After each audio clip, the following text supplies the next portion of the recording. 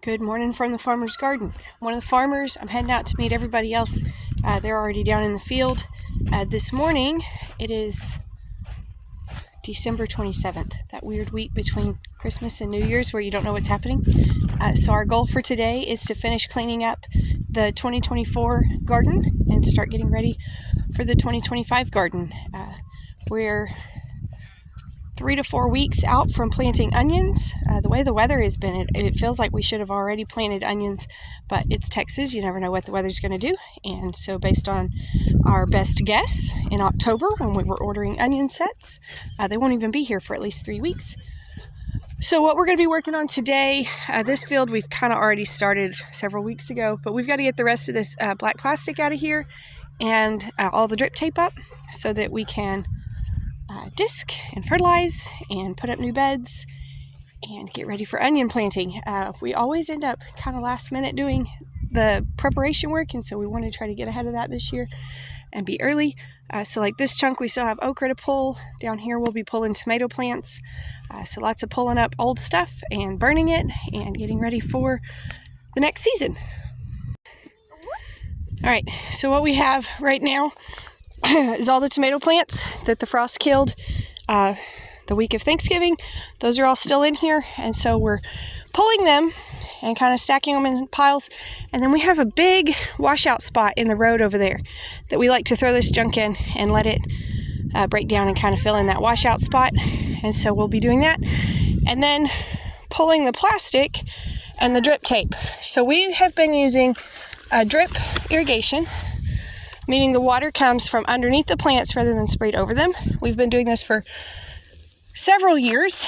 And what this does, so we do have a big sprinkler that we use sometimes, but we prefer this method because we don't lose water to evaporation. It all goes out through these little holes in the hose, and then typically this plastic would be over it, and so we don't lose water to evaporation. It keeps us from having to water quite as often. We take a little bit of heat from some other local farmers who think that the plastic mulch is cheating, I guess. I'm not really sure what their deal is with it. But so we have sand. And if you think about sand on the beach, you're like, oh, well, that's always loose and fluffy. But this is a different kind of sand, and it tends to compact really hard.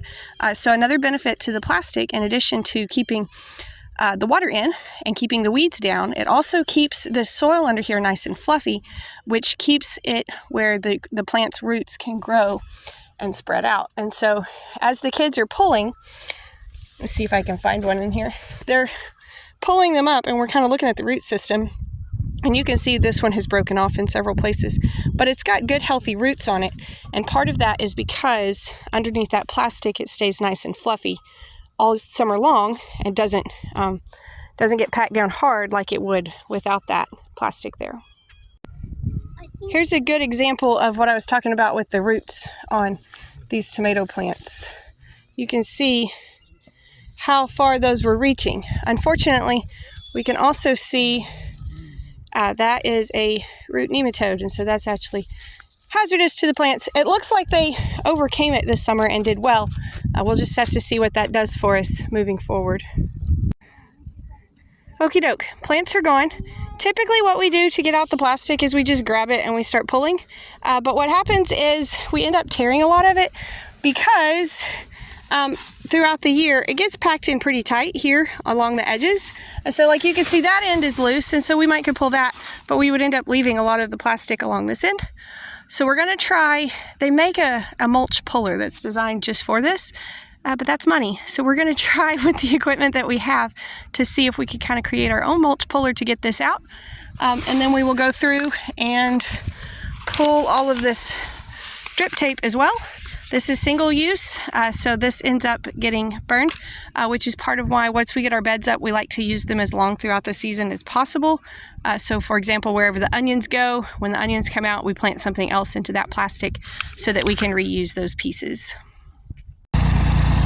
We still have some adjusting to do, getting it all lined up and figuring out exactly what we're doing, but I think this is working way better than how we normally do this. I said we normally just grab the plastic and try to pull it and what happens is it's all stuck in the ground. So what we're doing this time, he's got the sweeps on and he's kind of cutting along that bottom edge, and that's loosening this up. This plastic has not had plants on it in several months, so it's kind of torn up and battered by the wind and everything. But we'll see how it goes. I think this is going to help, and we'll see better how it's working when we move down to the tomatoes that we just pulled this morning. This is still not perfect. There's still a lot of manual labor involved, but we're starting to get this down. Some of the rows we have to hit twice. This tractor has a lot of sway in the back end, and it always has as long as I've used that tractor. It has that sway in the back end. So sometimes our bar shifts back and forth a little bit. But like you can see right there, kind of right there where it kind of pulled up.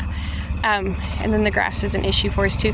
That's all we're looking for, is for it to just loosen that plastic like that bit right there, because otherwise, like I say, it stays tucked in the dirt and we end up just shredding the plastic, and we want to get as much of it up as possible. This is the actual pulling process. Again, lots and lots of manual labor. Typically I try to grab one end and just walk the whole roll. There's a torn spot in it, so we'll stop there. And then all of this gets gathered up, and we usually stuff it into feed sacks, and we use it when we're burning brush piles. We can use it kind of to get us going. I had some inside work to take care of right after lunch.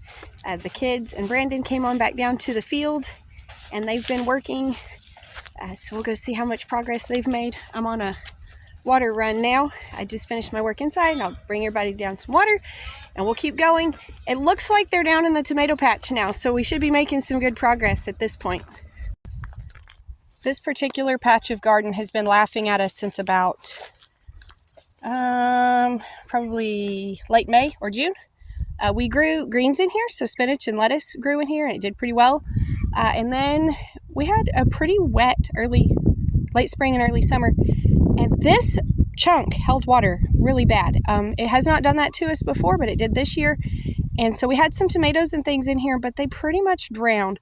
On that end right there, there's some bell peppers. I think we picked 3 off of like this whole row all summer. They did terribly, and then the grass took off in here. So Brandon is having to adjust our mulch digger. It's been working decently, but it got into this and it just could not get it loose. So this lets me show you what I mean when I say most of it ends up staying. So you can see it kind of pulled the dirt off of this. So normally this whole thing is under the dirt. So what happens if we don't dig it, it just tears and pulls a strip off that stays there instead of coming up. And then when we disc later to get this ready for new crops, then we have this all chopped up in the field. Obviously, it's not going to break down very quickly. It's plastic. That's why we burn it instead of leaving it out here to rot. But that kind of shows you what we're normally up against and why we're excited to have a digger this time. We just have to get it adjusted correctly to bust through all of this grass. Side note, I really like to burn things, and so my ideal way to handle this is to throw a match on it.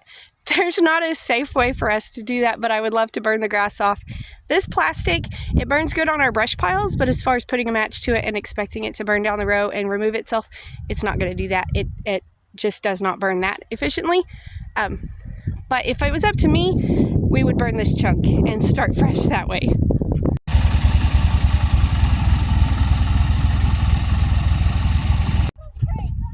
Alrighty, I think we're done. All the plastic is up except for some bits that were caught in the grass through here. We'll get them when we till everything. It's all pulled and ready. So the next steps for getting ready for 2025, these areas will be deep ripped. They will be fertilized. They will be disked, and then we will put up new beds for them. We're trying to decide. Our fields have really goofy names. So the one all the way at the top is McBroom's Acre. That's where onions were last year. The next one down is 2B. This is not 2B. And this is the tomato patch. Officially, there's supposed to be 2A, 2B, 2C, and 2D, I think. I think those are their official names. But anyways, we're trying to decide. Onions will go into one of these chunks. I think potatoes will end up in one of them. And all of those will be going out in the next 3 to 4 weeks. I say that. Potatoes are a little bit further out. We tend to do our potatoes, around here they say Valentine's Day for potatoes, but we tend to do ours a little closer to March, and they do just fine. In fact, we think they do better that way. On the tomatoes and the nematode knot that we found on the tomato roots, we checked several other plants after that. We actually stopped and dug up some plants after that. We didn't find any other signs of nematodes. We checked the okra, which we know is very susceptible to the nematodes, and we didn't find damage on them. Basically what that is, it's a teeny tiny parasitic worm that is in the soil. And so what it does is it gets in those roots and it's siphoning nutrients from the plant and cutting off supply from the roots to the plant. And so the flow of the nutrients up and down the plant. That's why that's bad. But we didn't find any other signs of them. So right now we're not going to stress over it. We're not going to do anything different to try to fix or repair any issue there. So took some doings, but all the plastic is up and we're ready to start hitting it again, getting ready for next year.